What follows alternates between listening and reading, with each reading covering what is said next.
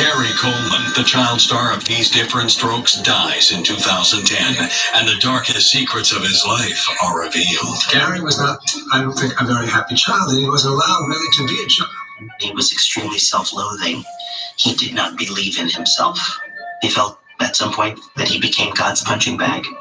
He is just the latest victim of a curse that has already touched two of his former co-stars.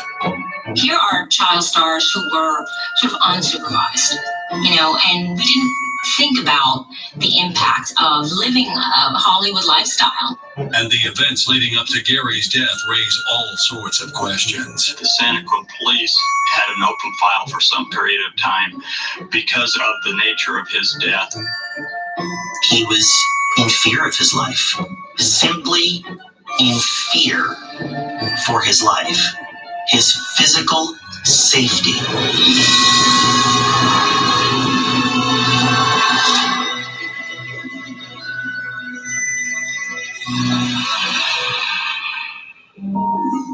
May 26, 2010, former child star Gary Coleman plunges down a flight of stairs in his Sequin, Utah home. In the center of the house, there was a stairwell that went up to the bedroom area. The last flight of stairs before you reached the bottom of where the kitchen floor was approximately 5 to 8 feet. Gary's wife, Shannon, is startled by the sound. Upon finding Gary, she dials 911.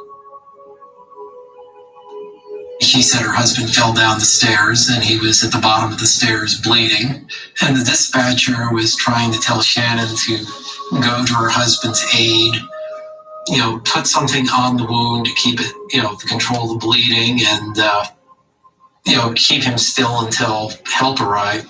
But Shannon is initially too squeamish to follow through. She said the sight of blood would make her have a seizure, so she couldn't go anywhere near that. Shannon, who has a history of seizures, is at least able to give Gary a towel to help stop the bleeding. Gary is rushed to hospital. For now, there is still hope. He was actually conscious and talking to the emergency personnel during his transfer to the hospital. Gary's fall makes national news. He shows progress the next morning, but on May 27th, he lapses into a coma. With Gary's chances of recovery fading fast, doctors offer Shannon the option of discontinuing life support. Gary's friends and family are desperate to find out what's going on.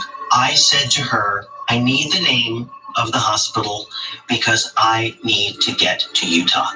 Immediately, I'm going to get on a plane. She says, no, don't do that. Don't do that. That's just not necessary. I have to go. And the next thing I heard was a dial tone. Gary has been estranged from his parents, Willie and Sue, for over 20 years. Sue Coleman could not get in touch with his wife to find out what was going on. And she called the sheriff in Utah to go to the hospital and ask the wife to call her. But Sue was too late. Shannon authorizes hospital staff to terminate life support. Only after that does she leave messages with the Colemans and with Gary's friend Dion. I was driving and I received a text from Shannon that simply said, I did it. He's gone. Gary Coleman, age 42, dies at 12:05 p.m. on May 28, 2010 from an intracranial brain hemorrhage. The world has lost a true original. He's just an interesting guy, kind of sad sometimes, and at other times real happy-go-lucky, and would go back and forth depending on the circumstances. One of the most creative people I'd ever seen. Energy, intelligence, vibrance, I should say boundless energy. In 1978, Gary's TV show Different Strokes turns the diminutive actor into a star, all before the age of 11. You went home on Friday nights and you couldn't wait to see Gary Coleman because he just brought joy to everybody. In the 1970s, Gary Coleman was it. He had the charm. and the affability. And I think, again, that idea of being able to have African Americans that could easily come into your living room and become part of your family, and in a sense that we're not threatening whatsoever, I think had a huge appeal to an American audience. 2010, as Gary's parents seek custody of their son's body, 3 separate people come forward with documents naming them as Gary's personal representative. The fate of the actor's date is anything but clear. The possible contenders were Dion Mall, who had been identified as the personal representative or executor of the estate in an early will by Mr. Coleman back in the 90s. Anna Gray, who was identified similarly in a later will as either the executor or personal representative. And then, of course, there was Shannon Price, who was claiming that she was the common law spouse of Mr. Coleman and would potentially have priority. Shannon and her lawyer have Gary's handwritten codicil or amendment to another will from 2005 to back up their claim. The codicil did not revoke any previous will. It's like an amendment. It would have changed whatever the current will out there would be. 3 days later, Anna Gray, a friend of Gary's, files an original will from 2005 naming her as the late actor's executor. Such contradictory planning is an oversight that was typical of Gary. That's simply characteristic of the loose ends that Gary would leave in his business left to his own devices. Right away, some begin to question the true motives of those fighting over the late actor's estate. Very interesting what happened in Utah. You know, they all come running out there to claim the train sets belong to me, this belongs to me, I'm his son. I was in the will. No, I was in the will. While others are immediately suspicious of Shannon's story. She provided me with the story that she has provided to the public and to the authorities many times, that somehow he slipped and hit his head all by himself. The battle over Gary's estate pits Gary's friends and family members against each other. There was no way that I was going to rest and allow something that bogus to actually prevail. Everyone was sort of suspicious at that point in time as to who she was, how was she able to do this, was it legal for her to do it? To feed your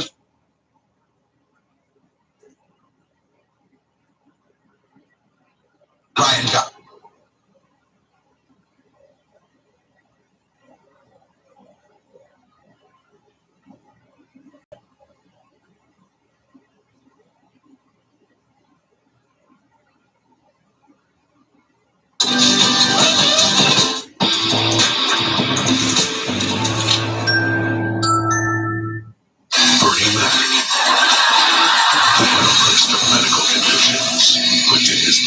back to his youth. Something else was going on with Bernie's body. Autopsy Burton back tonight on Reels.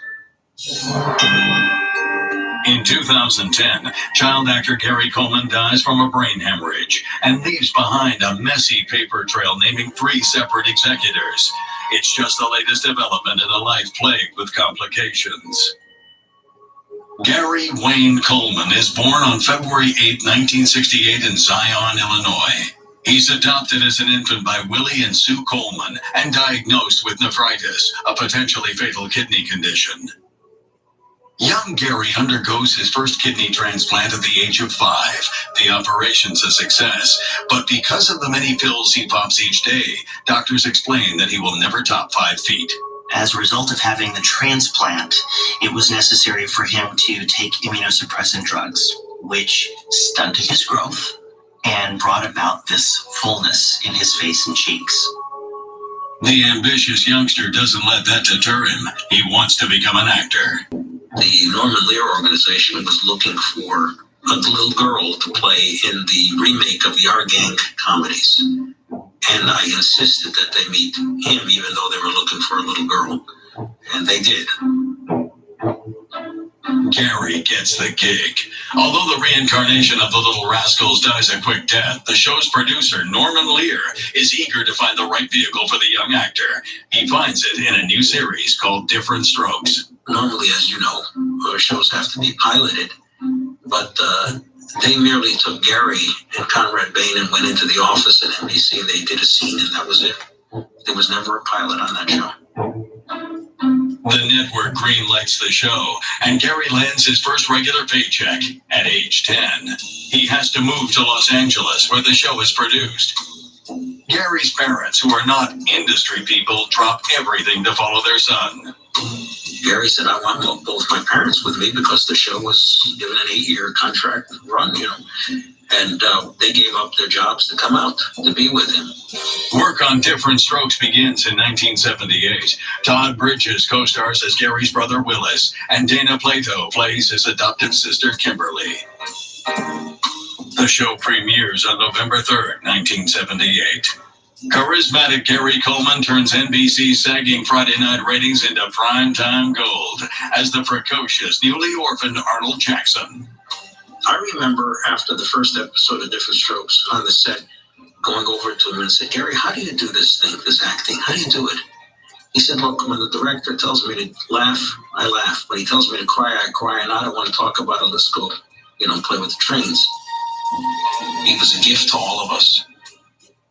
Dion recalls meeting Gary Coleman during Different Strokes' first season.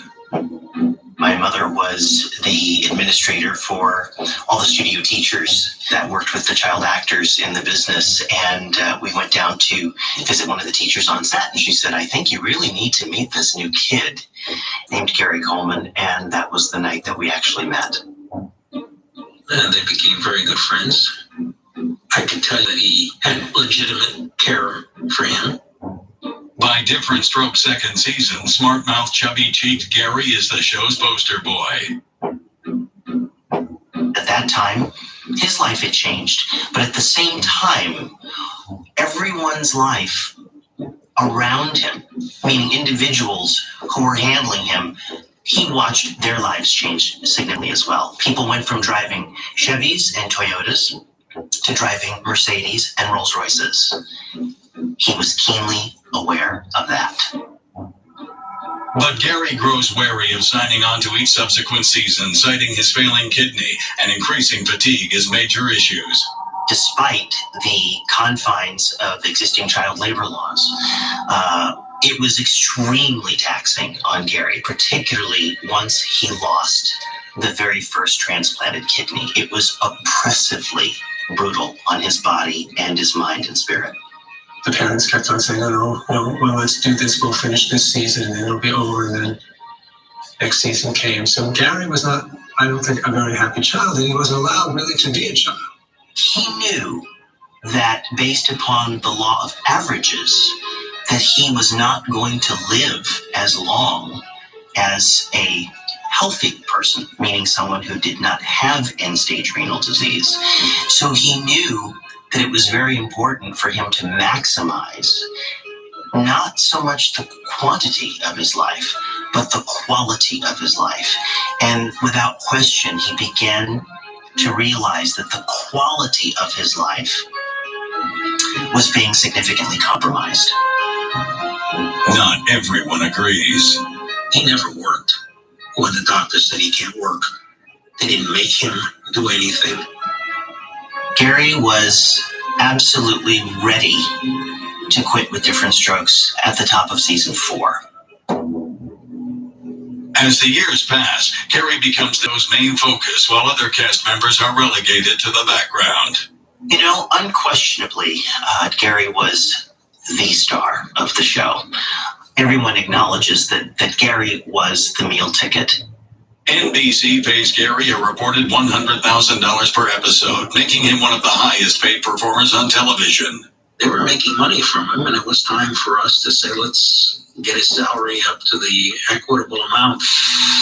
Gary undergoes his second kidney transplant during the show's 5th season. He was transplanted with another kidney that he lost, that he only kept for 13 months. From this moment on, Gary must undergo regular dialysis treatments in which blood is pumped out of his body, cleansed, and then returned. He would do episodes of Different Strokes, and he would have to do this ritual, so to speak, was a process that his mother would do for him and certain people would do for him. Different Strokes ends its run in 1986 after 8 seasons on the air, and with money in the bank, Gary Coleman couldn't be happier. And at that point, not only did he not care to do another television series, he didn't care to be involved in show business at all. But he's in for quite a surprise. He has no money, and he blames his parents. They were the enemy. Their opportunity to perform as his parents had passed. His agenda was to tell him that everybody surrounding him was a crook, including me. Ways to the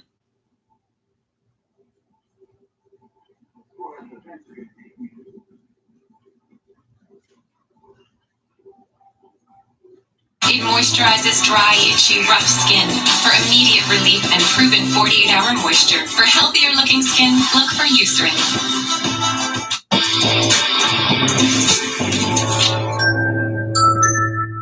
Gary Coleman, childhood star, plagued with a life of pain and despair.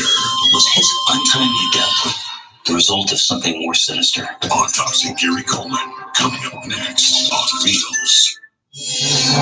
Actor Gary Coleman was born with more than enough charisma to make up for his ailing kidneys, but his glory days as Arnold Jackson on TV's Different Strokes are a distant memory when he dies of a brain hemorrhage in 2010. Utah litigator Robert Jeffs is appointed temporary administrator of Gary's estate and tries to make sense of Gary's various wills. But one thing is clear. All of his wills or writings had identified that he did want to be cremated, but the court was reluctant to have that go forward under the direction of the competing claimants.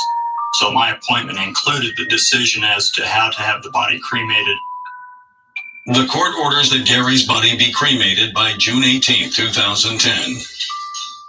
With the assistance of the mortuary, I was able to have them transfer his body to the crematorium after hours using a van rather than the normal hearse so that we wouldn't draw any attention from the media and it could be the private ceremony that Mr. Coleman wanted to have. The cremation may have been private, but Gary has lived his entire life in the spotlight, whether he wanted to or not.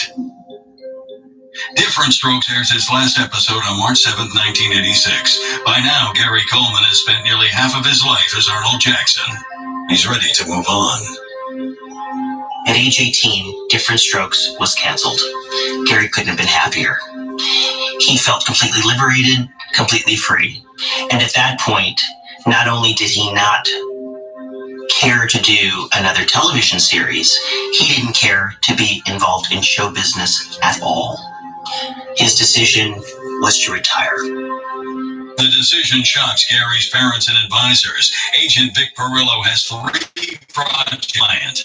Gary, who needs time to rest, turns each one of them down. He had one that he didn't even have to pilot. He had one that I developed for him that was in pre-production. And yet he came back from meetings with Mr. Meal and saying he didn't want to work anymore. I have to say that that was probably the most significant point in time when Gary really disengaged emotionally from Vic Perillo, and he began to really question the role that his parents were playing in his life, not just as managers who were supposed to be making really judicious business decisions on his behalf. But Gary is in for a surprise. He says, well, the business manager's assistant called me again and says, I'm overdrawn on this checking account. I'm rich. How can I be overdrawn on this checking account? I've got lots of money. And I said, well, Gary, maybe you really are overdrawn. Well, how could that be? I still have checks. This is the level of misunderstanding that Gary entered his adult life with. Despite having accumulated millions in earnings over the years, Gary learns that much of it has gone missing. We estimated that he made almost $20 million. And of Of the $20 million, 47.5% of that came right off of the top in commissions and management fees for all of the handlers. I keep hearing the figure of $18 million. I can't tell you what Gary made and what I negotiated for him, but it wasn't $18 million. Quite frankly, Gary did not understand. He was not aware of what he was paying. He had no idea of what the percentages were. Dion suggests that much of Gary's cut was mismanaged by his then business manager, but the accusation implies that others may have been involved as well. I told him about the level of betrayal from all of those individuals who were supposedly his protectors and his handlers. I told him the truth. He had an agenda. His agenda worked. His agenda was to tell him that everybody surrounding him was a crook, including me. There was 10% to his agent, 7.5% of his income paid to his attorneys for legal counsel, and 5% to his then business manager. Dion claims the largest cut, 20%, goes to Gary's parents for managing his career. When Different Strokes went off the air, they went back and resumed their employment. Why would they go back to work for 22, 23 years? Shouldn't they be living in the south of France? Gary did not perceive these people any longer as his parents. They were the enemy. Their opportunity to perform as his parents had passed. Gary parts ways with his parents and with Vic Perillo. He said, Vic, I think I want to go in a different direction. And he said, well, nobody's holding a gun to my head. Of course I knew somebody was. Following the cancellation of Different Strokes in the mid-1980s, Gary takes a different direction and a new manager takes the helm, Dion Mial. Simply by virtue of the fact that he trusted me. Was he qualified? Absolutely not. Absolutely not. He had no business acumen. He had no knowledge. He would confer with me after we were supposed to be making residuals. We mobilized to create some vehicles for him, which we did. We shot a couple of pilots. They were not picked up, but he was delighted and always kept the faith. In 1989, Gary Coleman files a $3.8 million lawsuit for misappropriated funds against his former business manager and his own parents.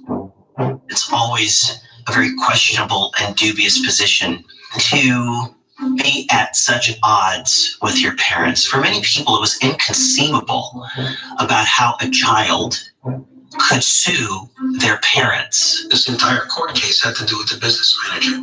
Yet we're hearing it had to do with the parents and nothing to do with them. Vic Perillo claims that Sue and Willie Coleman's only mistake was in putting too much faith in Gary's business manager. Dion Mial agrees to a point. They simply, at least early on, simply followed the direction of the business manager and the attorneys that were supposedly representing Gary's best interests. I believe, though, over time, once they realized how tough the game was and what the consequences would have been for them to turn against the regime, as it were, they decided to continue to side with the regime and not with their son. In 1993, 4 years after he files the lawsuit against his parents, the judge rules in Gary's favor and awards him $1.3 million. Gary felt so vindicated. For the first time in his professional life, he really felt that his voice had been heard. When I meet people and they talk about the days of Gary Coleman, the first thing out of their mouth is it's terrible what the parents did to him. And I have to take a pause and say, if you tell a lie long enough in this world, eventually it becomes the truth. The money comes at the right time, since Gary's acting career is in a real slump. The public sentiment of Gary at the time was that he was sort of the stereotypical child actor. Had his, 15 minutes of fame as a youth, and now was having his, problems now that the spotlight was turned away from him. Gary and Dion don't see eye to eye when it comes to managing the actor's finances. The tugs of war became much too significant, and we both decided that it was just time to create some space and some separation in business if there was any hope that we were going to remain friends. The two severed their business relationship in the late 90s. There was no one who was dealing with him in such a personal way on a day-to-day basis to assist him with the management of his money. And within 18 months, he filed for bankruptcy. Nevertheless, Gary drafts a 1999 will naming Dion Mial as executor. Gary now spends much of his time with close friend Anna Gray. Anna is a friend of Gary's, and she was the CEO of the corporation that Gary created for his affairs. Regardless of his earlier will, in 2005, Gary prepares another one, appointing her as his personal representative. Gary and Anna Gray certainly started out as friends. I do know that they became very close. I do know that at one point, Gary had very clear intentions to move the relationship into something more romantic, but Anna Gray did not in any way, shape, or form have the same intentions. Later that year, Gary travels to Utah, where he has a role in the independent comedy Church Ball. He takes to Utah immediately. He wanted to get out of Los Angeles. It represented everything he didn't like about life. And then he does this film in Utah, calls me on the phone and says, I'm buying a house. And within 3 weeks, not only did he buy it, but he was there. Anna Gray makes the move to the farming community of Santa Quinn with Gary. I kind of joked around with him a little bit about that and said, you really thought that, a short black man in a almost totally white community was not going to get attention? But his relationship with Anna Gray is about to hit a 5'7" stumbling block. Gary Coleman meets aspiring actress and extra Shannon Price on the Church Ball set, and the two hit it off immediately. At the beginning of their time together, he absolutely loved her. There is no question in my mind that Gary loved her. She's a pretty bubbly kind of personality, and they were getting along fine on first few occasions that I met and saw Gary and Shannon interact. From the very beginning, I could tell that this was a woman, a girl, who didn't have a good life herself and was not comfortable with the fact that she wasn't as important as he was. She was a little bit envious of his fame. Shannon's arrival causes complications. He wanted to move Shannon in, and Anna Gray had to go. Not because Gary necessarily wanted her to go, but Shannon would not have it. I don't think Anna left without some degree of regret, because I think she loved Gary and cared about him and valued their business relationship. And it's my understanding that she and Gary continued to communicate with one another on occasion and didn't ever really lose total contact. 2 years after meeting, Gary and Shannon get married. Gary changes his will again by adding a handwritten codicil or amendment to his 2005 will, naming Shannon as the new executor of his estate. By 2007, Gary Coleman has named 3 different executors to his estate, and none of them are aware of it. Little does he suspect that his relationship with one of them is about to take a darker turn.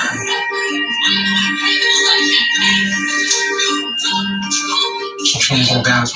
She would yell at him. She would with him. He was in fear of his life. Simply in fear for his life. His physical safety.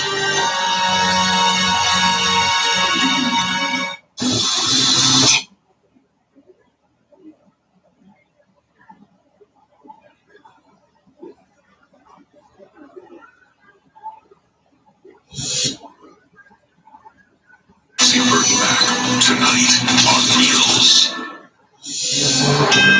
Gary Coleman hits the big time as the precocious and smart-mouthed Arnold Jackson on TV's Different Strokes.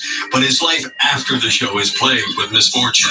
Upon his death, he leaves 3 legal documents naming 3 separate executors. And one final question: who is Gary Coleman's rightful heir?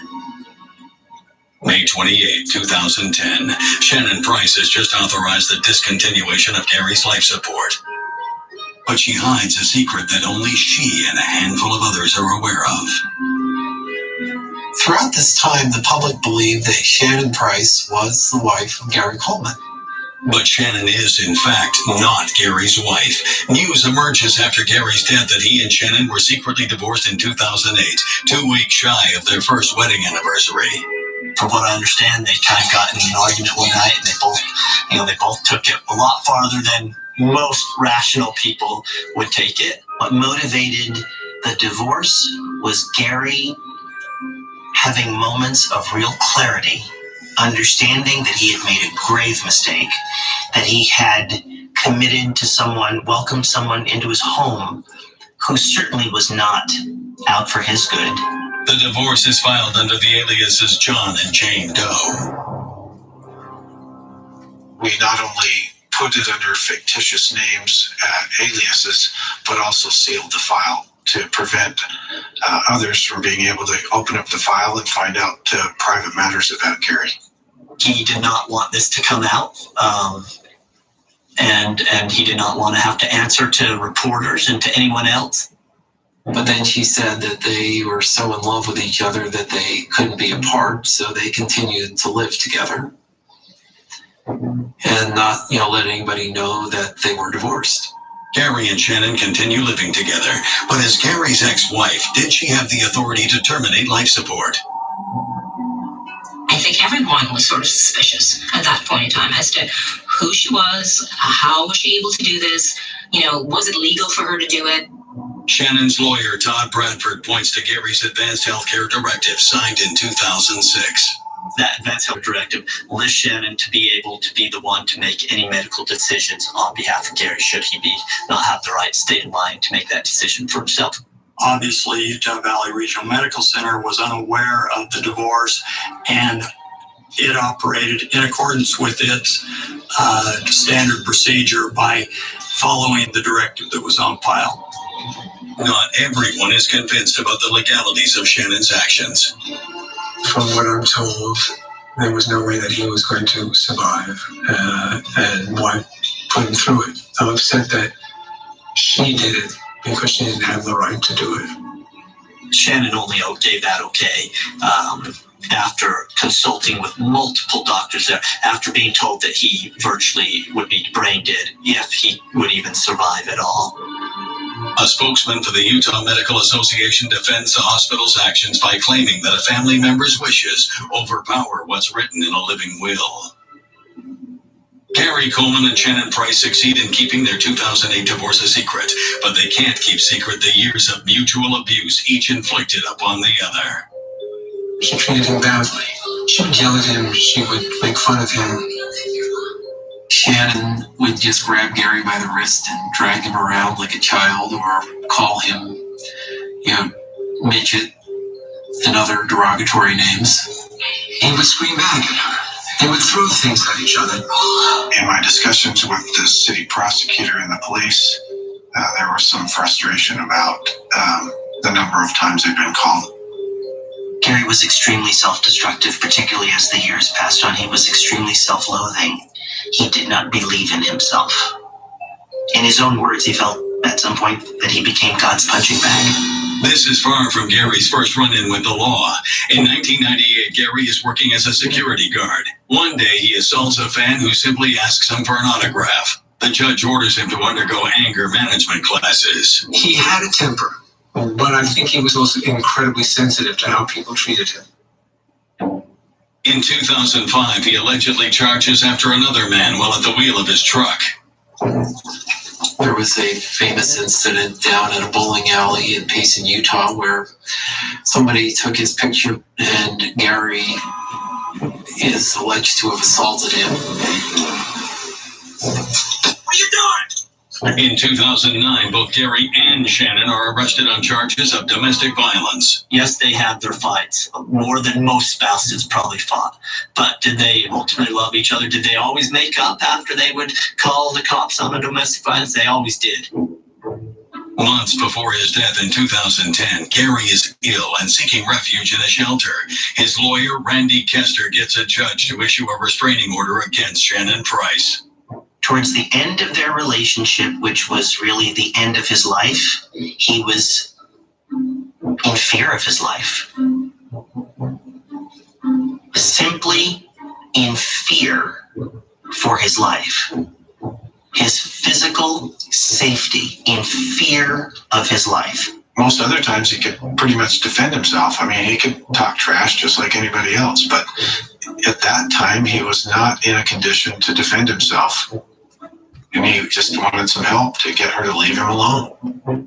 But Shannon manages to dodge the restraining order. Technically, she wasn't in violation of the order because she'd never been served and could say, I didn't know anything about it.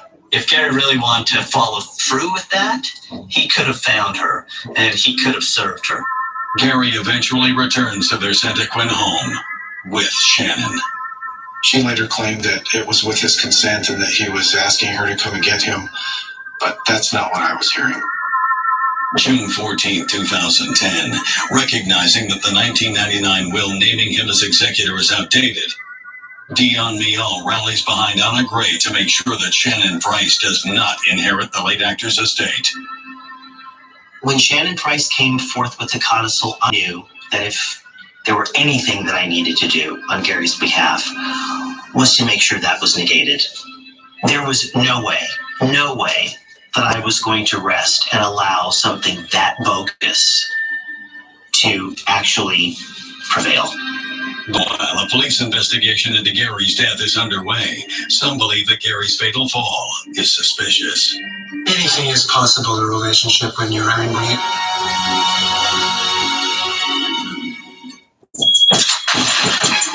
Money is the root of all evil.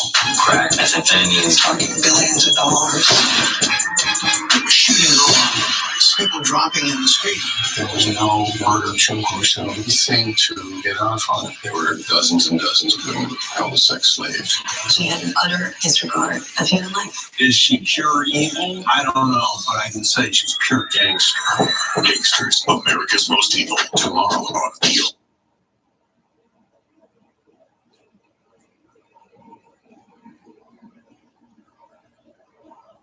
Indoor, a nutritious formula with no artificial flavors, made specifically for indoor cats. Purina Cat Chow, nutrition to build better lives. Gary Coleman, childhood star, plagued with a life of pain and despair. Was his untimely death the result of something more sinister? Autopsy Gary Coleman, coming up next on Wheels. Following one-time child star Gary Coleman's death in 2010, two people are left fighting over his estate, ex-wife Shannon Price and Coleman's close friend, Anna Gray.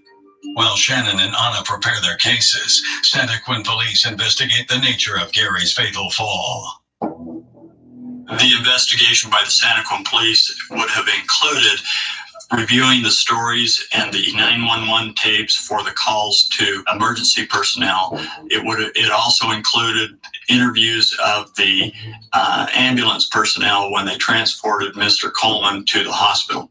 There are many theories about the death. Anything is possible in a relationship when you're angry. I don't know what preceded, were they yelling at each other? I don't know. I wasn't there. And none of us know.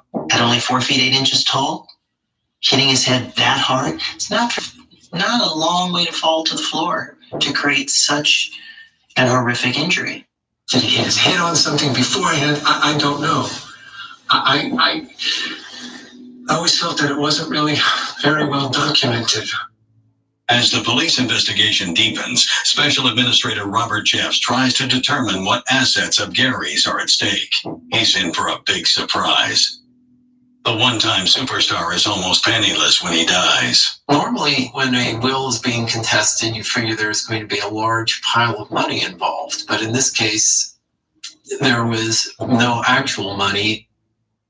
Mr. Coleman had a real interest in trains, and he did have in his basement some significant area where he had built a stands for the trains to be set up on. If someone told me that it was worth $50,000 to $100,000, I wouldn't be surprised. But the trains are gone.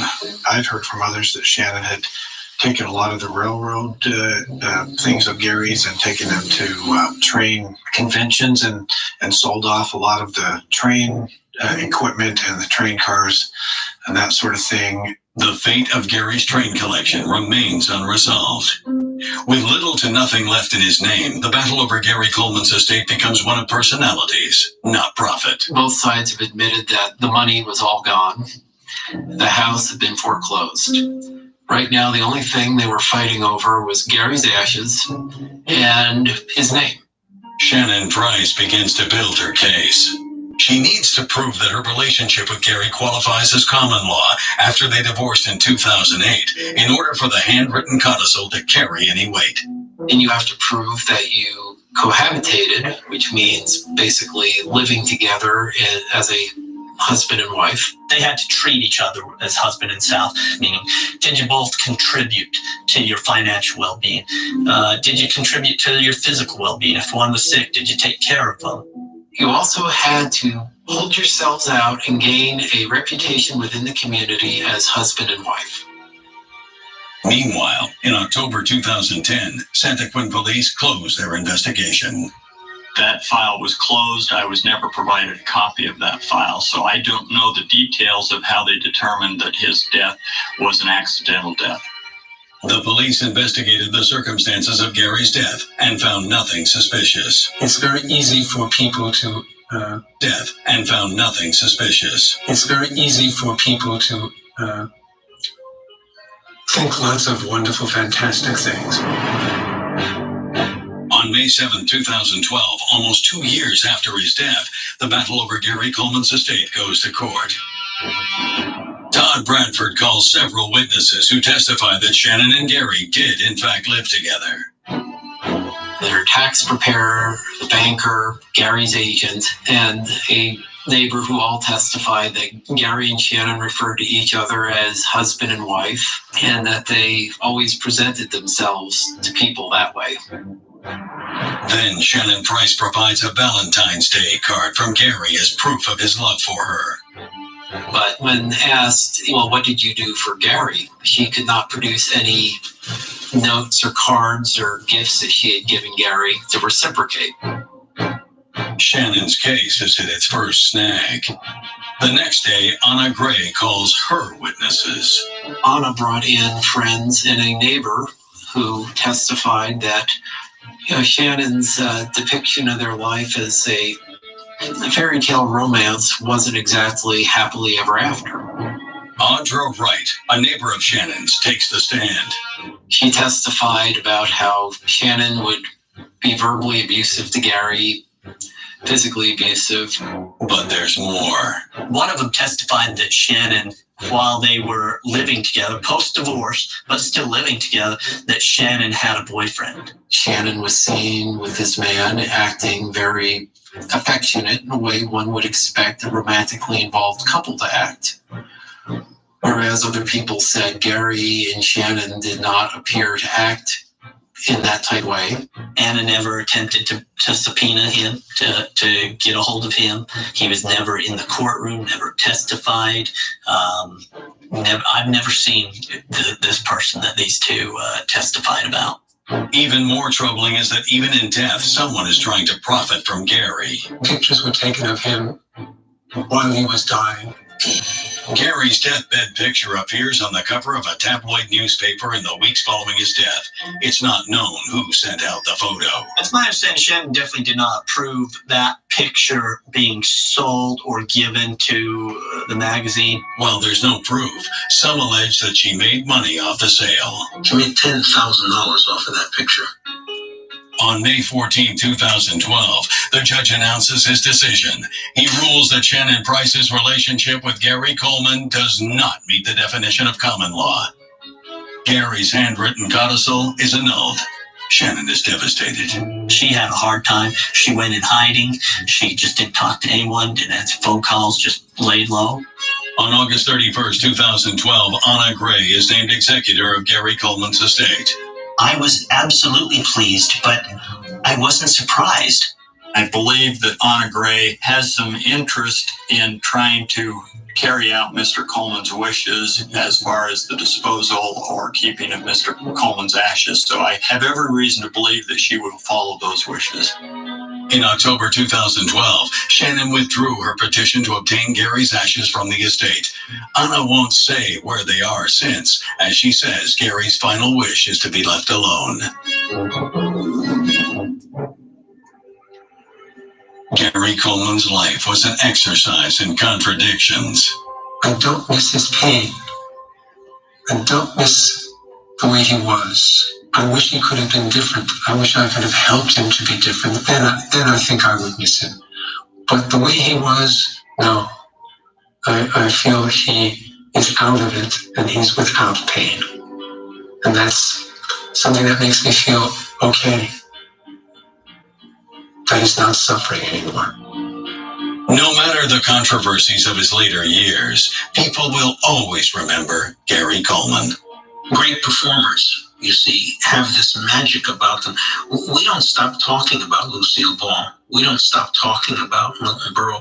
We don't stop talking about great people. We're still seeing the reruns, you see. Gary's an old soul, you know. He was sent down to this earth to entertain. And he entertained everybody. When you carry out large 3-topping pizzas from Domino's for $7.99 each, you don't want bad roads ruining good pizza. So we're doing something about them.